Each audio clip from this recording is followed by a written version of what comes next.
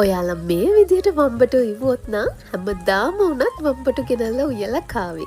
Hi ඉතින් අද අපි රසට වම්බටු එකක් තේරදාගමු. මුලින්ම මම වම්බටු ටික මේ විදිහට කෑලි කපා ගන්නවා. ලොකුත් නැති පොඩිත් නැති කෑලි. ඉතින් මේ වම්බටු එක මේ UK වල තියෙන ලොකු වම්බටු ගෙඩිය. අපේ ලංකාවේ වම්බටු එක නම් නෙමෙයි මේ වම්බටු එක රසට උයන්න බෑ කියනවනේ. ඉතින් ඔයාලා මේ විදිහට හදලා බලන්නකෝ. කපාගත්ත වම්බටු ටිකට ලුණු කුඩු ටිකක් කහ කුඩු ටිකක් දාලා මේ විදිහට කලවම් කරගන්නවා.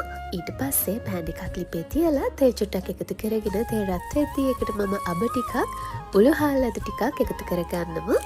ඊළඟට රම්පේ කරපිංච එකතු කරලා ටෙම්පරාදු කරගන්නවා. ඊගාවට තලලා කපාගත්ත සුදු ලුණු ටිකක් නිල් ලුණු ටිකක් එකතු කරගන්නවා.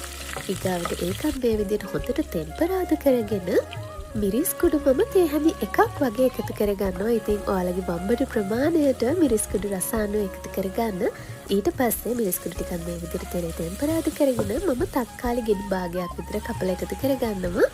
ඒත් එක්කලම මම කපලා ලෑස්ති කරලා කහලුණු අත ගාලා තියාගත්ත වම්බටු ටික මේ විදිහට එකතු කරලා කලවම් කරගන්නවා. ඊට පස්සේ අපි මේකට රස අනුව ලුණු කුඩු ඒත් එක්කම අපුතුන පහ කහ කුඩු එකතු කරගන්නවා. මෙතනදී මම එකතු කරගන්නේ බැදපු තුන පහ කුඩු. ඔයාලට අමුතුන පහ කුඩු තියෙනවා. අමුතුන පහ කුඩු එකතු කරගන්න. ඊළඟට එකත් හොඳට කලවම් කරලා මේ විදිහට පියනෙන් වහලා උයා ගන්න තමයි තියෙන්නේ. ඔන්න බලන්නකෝ අපේ වම්බටු එක දැන් ලෑස්ති. හරිම ලේසි. ඒ වගේම ගොඩක් රසයි.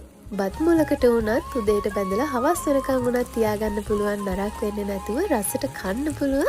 ඉතින් මේකත් එක්කලා එක කරි එකක් හදාගත්තත් ඇති. මේක විතරක්ම වුණත් සුදු බත් එක්කලා රසට කන්න පුළුවන්.